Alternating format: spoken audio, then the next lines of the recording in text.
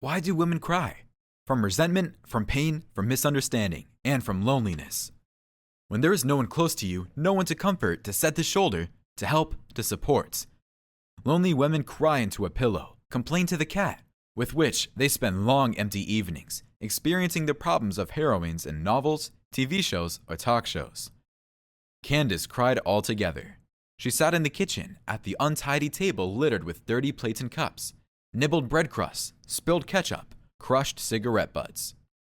There was a sticky puddle on the floor and an overturned but unbroken cup of coffee. Before that, she had to admire the scattered things on the floor in both rooms, her husband's socks and shirt, and the tattered matrimonial bed. Her daughter's room was no better. The bed was also disarranged, stale panties on the floor, an open closet with things torn out of it. Candace had rushed off to work early in the morning, leaving the kitchen clean, the food cooked. Husband had to leave for work by 10. Daughter has the day shift. She has to be at work by 2 in the afternoon. And none of them lifted a finger to clean up after themselves, wash a plate, rake the garbage. She stopped hoping for help with the household, buying groceries, bringing heavy bags from the supermarket. Her husband says it's not a man's job to buy groceries. He only knows what kind of beer to buy. But at least the husband earns money. Tracey, on the other hand, is not involved in the family business at all. A big girl, 22 years old, refuses to study categorically, works as a simple cashier in the supermarket, has not received any promotion in 4 years. She spends all of her wages for herself and not a penny of it at home. On the contrary, she tries to get some money from her parents for cosmetics and clothes. But the main thing is that she does nothing around the house. And okay, that she does not cook. It is still possible to survive. But she does not wash the dishes, does not do the laundry. She does not take the plate to the sink. She does not throw out the leftovers. She does not throw the dirty laundry into the hamper. Candace sits in front of the dirty table and cries. She has a husband and a daughter, but she is all alone. It's not even that she doesn't have help. It is bitter and painful because she is treated as a second-class servant. No one is interested in her well-being and health. No one asks if she is tired. No one shares her plans and worries. Her task is to cook, feed, clean, wash, and so on. At the same time, to do everything in time so that the family does not have to suffer from hunger and unsettled life. So now, she comes in tired after work in public transportation during rush hour, and instead of resting, she has to take on cooking and cleaning. During dinner, okay, that's fine. Everyone likes freshly cooked. But couldn't they have cleaned up after themselves, not left such a mess? Where did this kind of life start? After all, things used to be different. Candace picks up the dirty things with familiar notions, starts the washing machine, takes the dishes to the sink, wipes down the table, slices the meat for the roast, and remembers. They met Gerald and a fun group of students in the 3rd year. They each came with a couple, she with a young man and he with a girl. Nothing happened, they just met, chatted, and danced. Then at the next party, they were already single. They were happy and left the party together. They started seeing each other. They often went to the cinema and to cafes. They talked a lot, argued, discussed some very important issues of global significance.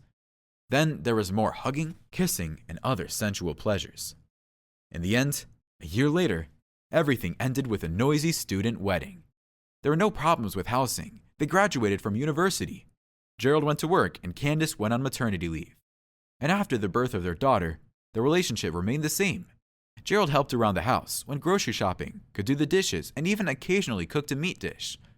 The daughter grew up healthy, bright, and cheerful. She did well at school and helped her parents. They all spent their weekends together in water parks, amusement rides, and ice cream parlors. So what happened? Why did the relationship begin to cool down? First, the husband drifted away. He started to avoid helping around the house, grumbled in every way. Well, listen, you are a hostess. You know what products to buy. Go to the store yourself, eh? Crooked at the unwashed dishes. Well, it's not my thing. I'm a man after all. The first red flag she didn't pay much attention to. After all, it really is a woman's business. When the helper grows up, it'll be easier, mistakenly Candace thought. And Tracey's helper did not. She was going through puberty, which manifested itself in a very aggressive way. Friends, girlfriends, disco parties, stupid jargon, hair in all the colors of the rainbow, nose and chin rings, slogans like, I'm a person, I have rights, I'll figure it out. Gerald shrugged his shoulders. Well, you're the mother, so deal with it. I don't understand your female psychology. If we had a son, I'd talk to him, but I don't know how to talk to girls. She tried to make him understand that a girl is more likely to listen to her father. He has more authority. But it was no use. Gerald just shrugged and retreated into his own world. Beer, TV, and then the computer. He shooed his wife away like a pesky fly. But with his daughter, he found a complete mutual understanding. They simply did not notice each other, lived in their own world. The only point of contact they had was, "Daddy, give me money." They didn't spoil Candace either. Soon, all communication boiled down to simple notions. What do we have to eat? Why isn't the kitchen tidy? Give me some clean laundry. At first, there were still glimmers of interest, some questions. She managed to get her husband and daughter to load and run the washing machine and wash the dishes at least once in a while. Then they started avoiding that too. Perhaps she should have shown some character back then, not cooking dinner if the dishes weren't washed and the table was dirty. But either she had a weak character or the household had a strong one. The entire household was on Candace, and if at first she was even praised, then the highest reward was silence and lack of complaints. She ceased to understand at all what her loved ones lived on. Tracey was either at work, hanging out somewhere, or on the social web. What is she thinking to herself? What is she planning? What is she dreaming about? By all indications, she doesn't have a steady boyfriend, and her daughter isn't thinking about marriage either. Even when she was in a better relationship, she half-jokingly said that no one would marry such a lazy and unskillful girl. Daughter, even in a joking conversation, began to grumble and snapped. "What the hell do I need your marriage? I'll get by just fine, or I'll find someone to cook and clean for me." Candace began to suspect that her husband had found another woman, but soon realized that was unlikely. He never lingered anywhere, never engaged in suspicious conversations, and most importantly, he didn't watch himself. Of course, he wasn't dirty or ragged, but he just walked around shabby, badly shaven, wearing worn underwear. Who would want such a lover? And who needs me? Suddenly, a gloomy thought flashed through her mind. No, of course, as a cook and as a cleaner, dishwasher, she was in demand. But as a woman? The gloomy thoughts were interrupted by the sound of a key in the keyhole. Gerald, sniffing, was taking his shoes off in the hallway, muttering something to himself. He peeked into the kitchen, didn't say hello, muttered, "You ready to eat?" and wandered off to the bedroom, turning on the TV as he went. Now he scattered his dirty socks, crumpled up his shirt, left his pants twisted by the bed. He came in, sat down at the table, opened the beer he had brought with him, drank straight from the neck. "What's going on? Why isn't it ready yet?" Her husband grumbled. "Because I had to clean up your mess. I can't cook with dirty dishes, scraps, and cigarette butts." Candace got angry. "Couldn't you have come home earlier?" "I'm working too, by the way. And then I have to go to the store, and I left you a clean kitchen, by the way." "That's your daughter's complaint. I had coffee in the morning and went to work. She's been here half the day." "Yeah, and she'll say the kitchen was already a mess when she came in, and it's still my job to clean it up." "Okay, what about the food? I'm about to have a soccer game." "I'm not going to die if you wait 5 minutes." Candace snapped. She fiddled with it some more, put the roast on a plate, sliced the bread, and moved it to her husband. She went into the room, so it was all scattered, lying where she'd taken it off. If she does not clean it up, tomorrow she will put on a clean one from the closet, and it will still be lying on the floor. Well, let it lie there. She kicked her husband's things, drove them into a far corner, lay down on the bed, and closed her eyes. "I wonder," the thought occurred to her, "if I'm not here, what will become of them?" "And where will you go?" curiously asked the second inner voice. "What difference does it make where?" answered the first. "I will go on a business trip. I will fall ill. I will die after all." Well, to die is not a way out. By the sick, too. And there are no business trips in your job. You know that. "I really don't. It's a pity." Candace smiled sadly. "Isn't that called schizophrenia? Or multiple personality disorder? Who cares, though?" She curled up in a ball, pulled the blanket over herself. "I'm going to take a nap. All of them." Outside the window, twilight had almost turned to night when she got out of bed, walked out of the bedroom. Gerald was dozing in an armchair, the TV blinking silently through some program. He'd fallen asleep like that again, in the chair and with a beer, the old man's way. He wasn't even 50 yet, and neither was she. In the kitchen, Tracey finished the roast, keeping her eyes on her smartphone. Then she glanced at her mother sideways and shook her head. "Why do you keep undercooking?" she grimly murmured. "Do you want salt?" "Take the salt shaker on the table and sprinkle it." "What's your problem?" Candace said indifferently. "I don't need any more salt." Tracey got up from the table. I'm going to bed. Why didn't you make soup? It's boring to eat without soup. Another day has gone by. Again, it is necessary to clean everything, to wash, to prepare for tomorrow, so that the gentleman waking up could have breakfast in cleanliness, to leave the house, leaving all the dirt and mess to the uncomplaining wife and mother. The next day at work, miracles began to happen. Her boss called her in and, hiding his eyes, began to tell her about the crisis, the reduction of the payroll, the staff cuts. For all his good attitude toward her, he couldn't pay that much anymore, and he doesn't want to lay off by redundancy. That's to pay compensation, something else. Candace finished her boss's thoughts, but she didn't say it out loud. I hear you. She smiled. Would you like me to resign of my own free will? Then I'll make you a deal. I write a letter of my resignation, and I quit as of today. You pay me my salary, also as of today, and pay me today. And there's no need for any compensation, agreed? 2 hours later, she walked out of the office a free woman, with settlement money on her card. Candace laughed slowly and went home. She quickly looked around. Today was the same as yesterday. Dirty dishes, scattered things, only the broken plate on the floor and being added. Well, that's your problem now, boys. She quickly threw things into her travel bag, underwear, clothes, dress shoes, cosmetics, and so on. Gathered her papers, slipped out of the apartment, and while no one saw her, took a bus to the train station. She carefully studied the map on the electronic board, checked the schedule. She chose a town with a funny and somehow cozy name. The train is in an hour. There are tickets. Sent her husband a text message. I'm gone. Don't wait up. And soon, she was driving away from the station square to an unknown city. It was an amazing and unusual sensation. An early morning in an unfamiliar city. Not yet the hustle and bustle of the coming rush hour, the overcrowded buses, and the herd of cars roaring in traffic. Candace walked slowly down the deserted street leading from the train station to downtown. Everything was still closed, but she had nowhere to hurry. She would have to find a cheap hotel, get a room for a few hours, look around. She has no vacation, no business trip. Oh, that's what, vacation. She'll stay here a while, sort out her feelings, rest, and then think about returning home. Suddenly, there was an open cafe, probably especially for early birds who for some reason do not have time to have breakfast at home.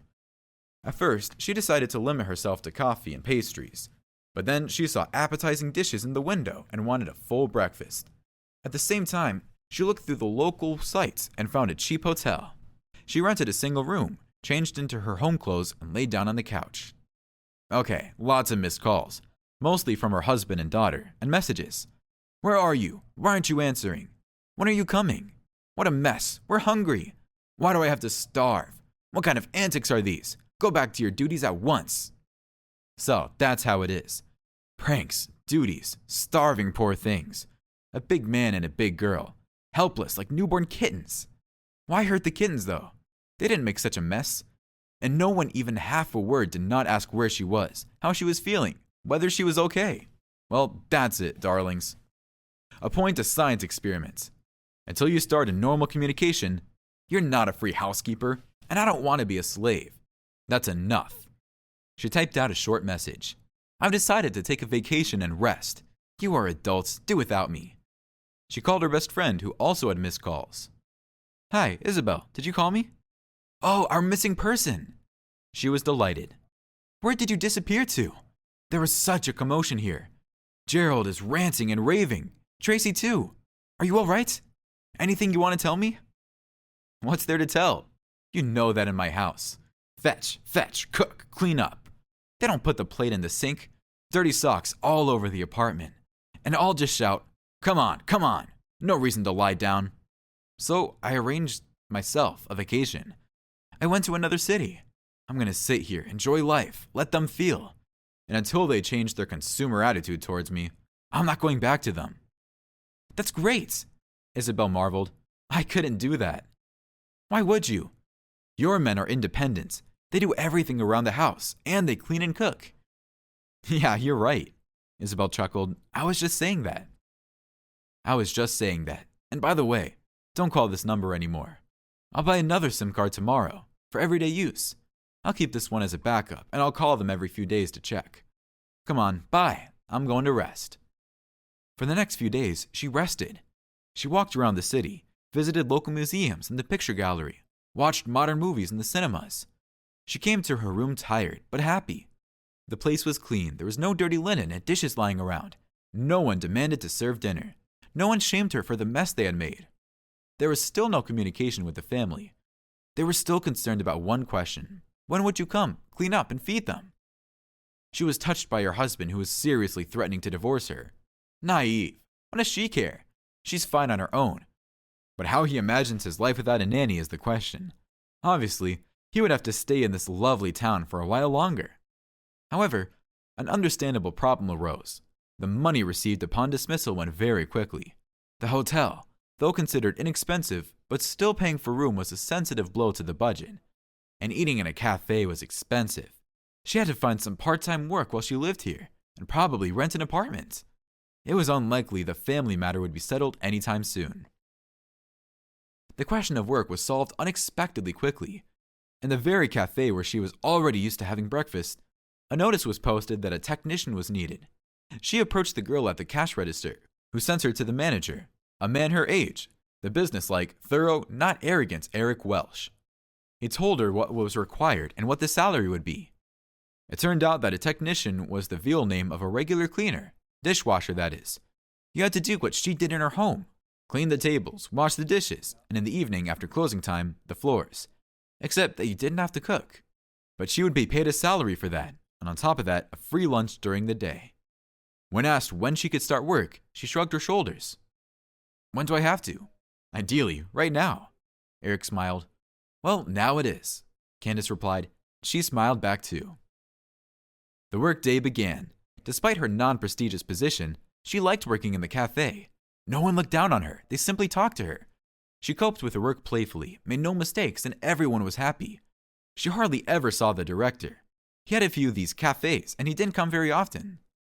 Everything was managed by Eric Welsh, who knew how to get along with the staff, and at the same time demanded full commitment to work.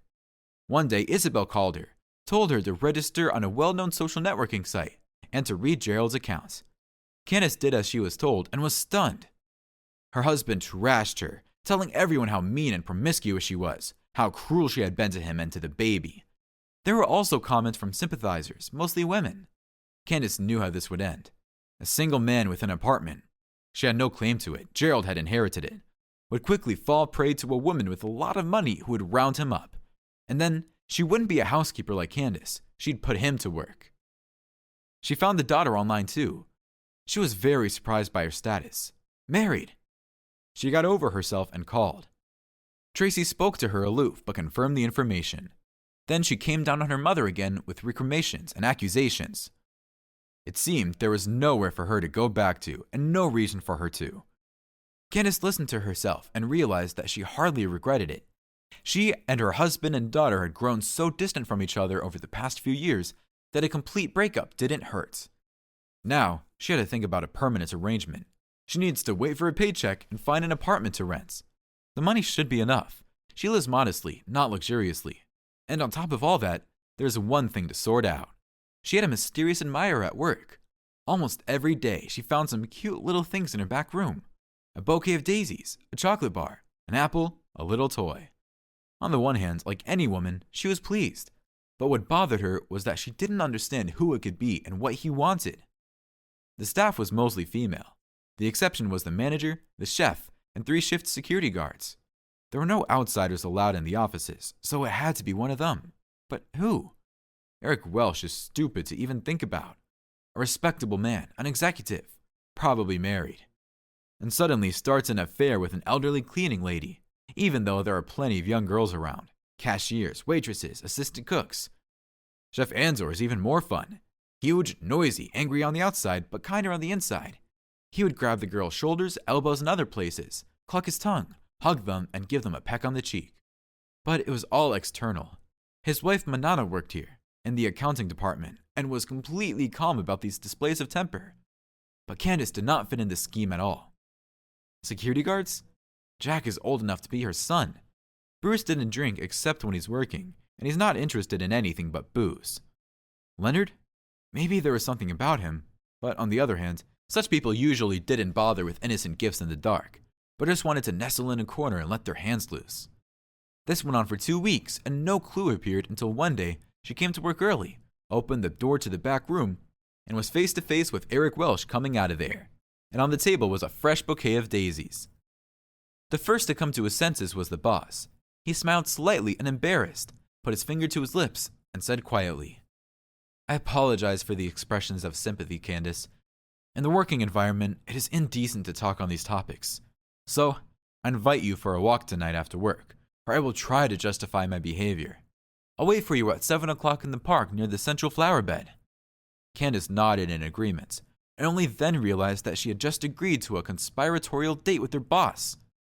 She was working, as the saying goes, on automatic, deciding the difficult question of whether to go to this meeting or to quit her job and leave. Run away again? Where to? In the end, she decided to go, but to sternly warn him that an affair with her boss is not her way, and walk proudly off into the sunset. What if it wasn't an affair? What if she, at the turn of life, smiles and beckons for the very feminine happiness that she has been deprived of for so long? She arrived at the appointed time. Eric was waiting for her, and again with a bouquet of the same daisies. They said hello and walked in silence down the alley, not knowing what to talk about. Still, Eric was the first to cope with excitement and spoke, plain and simple, about his loneliness. His wife had died 10 years ago, about his grown children who loved him but had their own lives, about how, when he saw Candace, he knew she was the one. He was struck by her simplicity and delicacy at the same time. How she agreed without a second thought to go right out today to an unprestigious job, looking as if she had been called to be a general manager. How she performed her duties calmly and thoroughly, not in the least embarrassed and not suffering from their lack of prestige. How she cheerfully chatted with girls who were her daughters, on a par with them, young and fresh. In general, let her forgive him, but he loves her and asked to marry him. How? Candace was stunned. Just like that? All at once? Immediately, Eric smiled. At once and for all time. How can you suggest that to me? She wanted to say, but she said something else entirely. I agree. Eric and Candace are very happy. She has finalized her divorce from her husband, at his initiative, by the way, and married her former boss. They had been married for over 3 years, but their mutual feelings have not cooled down. They are only growing stronger. Her husband still leaves her little gifts every day, not only in the back of a cafe where she no longer works, but on the nightstand by the bed. Everyone who knows them always cites this couple as an example when they talk about late, beautiful, soft love, like an early autumn sunset.